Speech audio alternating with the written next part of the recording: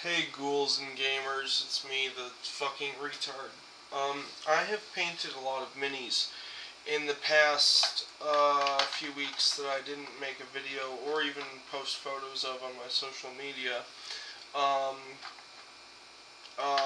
I've decided to grab a bunch of those, and I just took some photos of them, and now I'm going to make a video showing them off. Now, most of these are actually just toy cars I got real cheap. I got like 8 of them, plus a dinosaur, brontosaurus for like less than 15 bucks at Goodwill and Dollar Tree, so that's cool.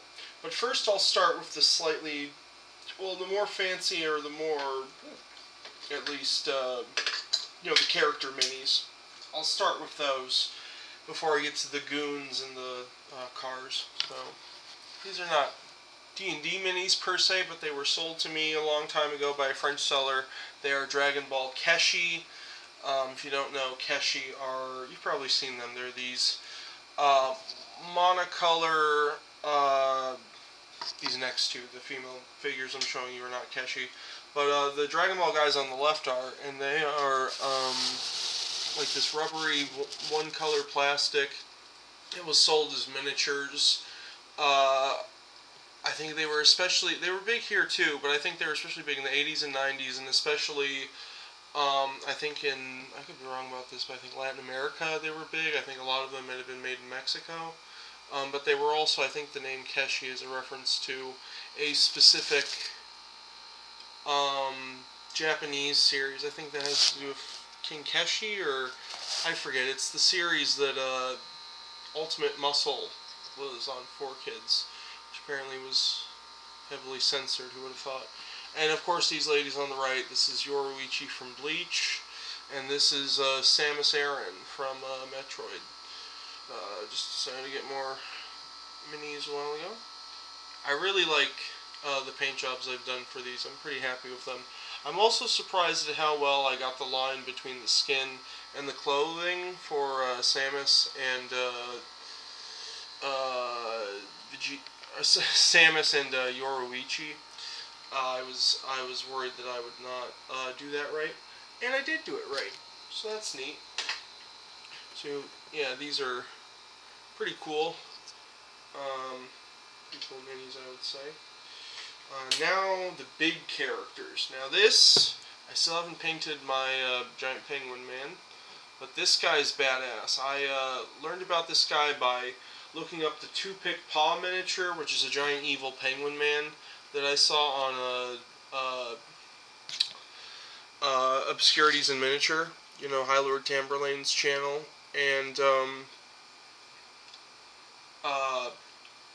I found this guy sold in the same bunch of miniatures as him, so I bought this Orca guy, and I finally painted him up. He's got all sorts of bone armor and giant ice weapon, You can see actually here, I decided that the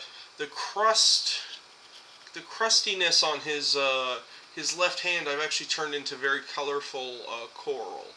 I don't know if it reads as coral, but that's cool. And then this, both of these big monkeys are from a $12 box of toy animals that my brother got me at Walmart. This King Kong, this is a baby King Kong, so he's got the leather diaper. He's a baby gorilla man with funny nipples, because that's in the sculpt for some reason. I mean, I guess it's not obscene, but... And then this guy's got a weird sticker my dead neighbor gave me as a shield. So this is badass. And of course, I fucking love this guy. This guy, I think, is one of the most badass minis I've ever had. So, very pleased with him. And now, this is technically not a character. It is still one of the toys, but it's actually one of the cooler toys. So, let me push this back. This is something I got at Dollar Tree, actually. It was only $1.25 or something. Big brontosaur. Big brontosaur, if you want to know. what size he is in relation to the people we just sent. Let's put in Samus Aran. We should probably be taller than this, but yeah, that's how big this guy is. I could have put a huge platform on him, but then I can always just go back to Dollar Tree and buy another. So yeah, I went with an art color scheme inspired by the game Ark Survival Evolved. Never played it. Don't want to play it really. I've seen people play it, but it did have a cool design for the Brontosaurs. I guess it's one of the variants. Painting this guy wasn't actually too hard. I was worried with all the white, but I've got a lot of good cheats for white. I mean, my white tends to look dirty. You can see his underbelly's not as well painted, but I'll just say, no, it's his underbelly because he's a lizard. Even though he's not a lizard, he's a archosaur. Anyway, so we got the big characters out of the way. I guess I'll show the pirates I kit bashed a while ago for my D&D campaign. My D&D players, after committing horrible acts of terrorism, betrayal, and exploitation of the peoples of the planet Earth, they have finally decided that they're going to become pirates. And I think these will be good for like generic crew members of theirs, because kind of like the thing in One Piece that I watched with my brother a little bit of. Because in One Piece there's a prison break. I'm not going to spoil what happens, but I thought, I'm not big on anime. I don't really like anime, but One Piece I will say is a little bit better. Well, I'd say a lot better actually than most shonen. It's still not something I really enjoy or think is good, but I still think it's a cut above the usual shonen bullshit. It's much better, I think, and there's a few reasons for that. But basically, these guys are just a kit bash of some miniature Tartessians. No. Yeah, not Tartessians. Iberians, which could include Tartessians, and some various guns and weapons from different kits. I think there's a lot of use of the Woodland Indians kit by Warlord Games for guns, and then there's also guns from 1800 Sudanese conflicts, and I think there's some of these guns that would have been still in use in the 1900s. So their weapons are not at all accurate, but you can just pretend, it's piratey times, old-timey piratey times. Maybe I could have not given them guns, but I figured it'd be good to have more gun-wielding guys, and some gun-wielding pirates seems like a good thing to have. I had some scavengers from Stargrave, but they had laser guns and machine guns and stuff. These are more fantasy-ish.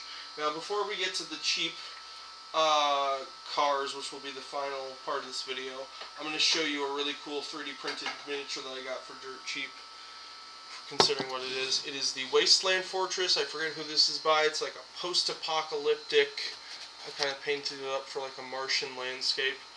It's like a post-apocalyptic armored vehicle. I'll show the sides before I show the front and stuff. Yeah, this was actually made with some really sturdy fucking resin. I was surprised by how like for instance, this barrel was crooked at some point, and then I made it uncrooked just by fucking bending it a little bit. So that's impressive. Usually when I think of resin, I think if I touch this wrong with my pinky finger, it will explode into 1 trillion pieces and literally shatter and like go in every direction forever and never be seen again. And usually I'm right, so this is pretty good. I know there is 3D printed resin that's actually comparable to like normal plastics, but I haven't had much of that stuff. So yeah. Now here, before we get to the cars, I'll just show one little thing. It's trees. These also came with the animal box thing that my brother bought me. Just painted them up, based them, gave them little coins underneath their bases. You know, I don't have hardly any trees. I have like a Christmas tree. I've just been drawing little circles on the map for trees, and it's been pretty bad. So, you know, there's a lot of terrain I could stand to buy, but yeah, just simple paint job there. You can see the details. I didn't end up painting the undersides. Let's do it flat. Maybe just flat. I didn't paint the undersides of the leaves because I figured I'd just keep them dark, and also because I didn't want to go over that side again. I would rather just pick up the wood there, and I picked up the wood. No, I didn't pick up the wood down here underneath because I didn't want to. But it still looks fine. Now for the rest of the cars. This one I got at Goodwill. It's a cement mixer. You can see for scale, Samus Aran. So it's you know, it's kind of small for a cement mixer, but it's still like a reasonably sized car, right? Like for 28 millimeter, like you could do way worse. I figure I scored the jackpot. I feel like last time I went, I scored the jackpot because I found a bunch of pigs and a cool ship that I turned into a D&D ship, and a fucking a big mountain I turned into like a Wild West abandoned mine or something. But this is pretty good too. This is oh wait, let me before I show you that, let me show you the only other thing that I haven't shown so far that was at the Goodwill. It's another car. It's this big semi-truck. And watch this.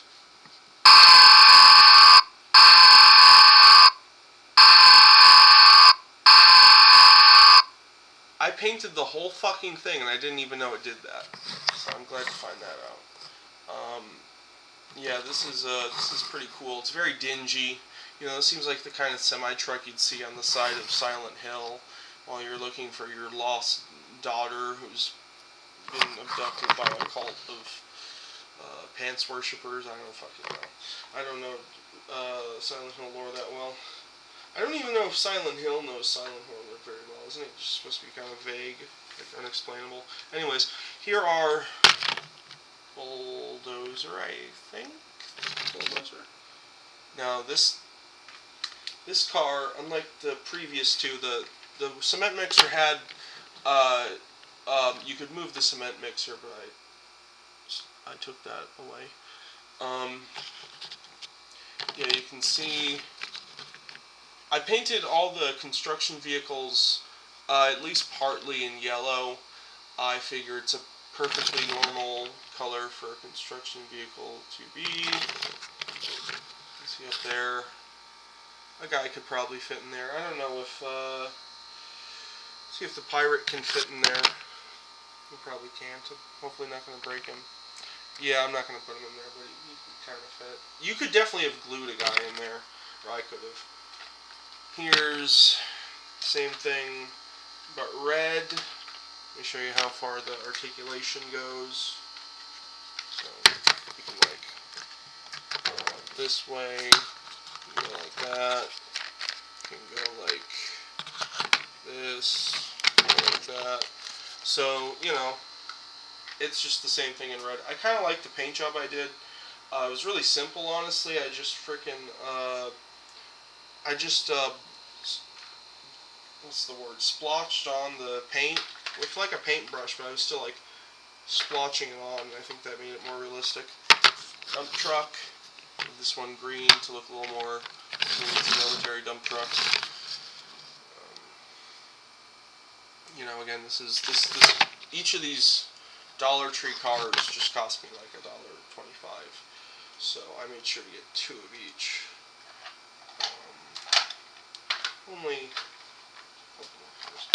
Here's the same truck, but in yellow. Happy with the paint job for the most part. It's pretty good. You know, could fit a lot of guys in there for fun D&D adventure.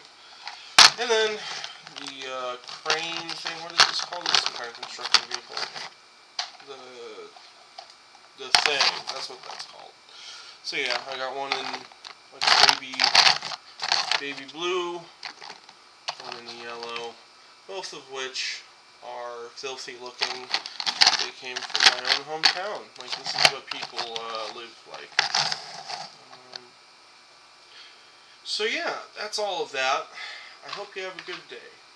Bye bye.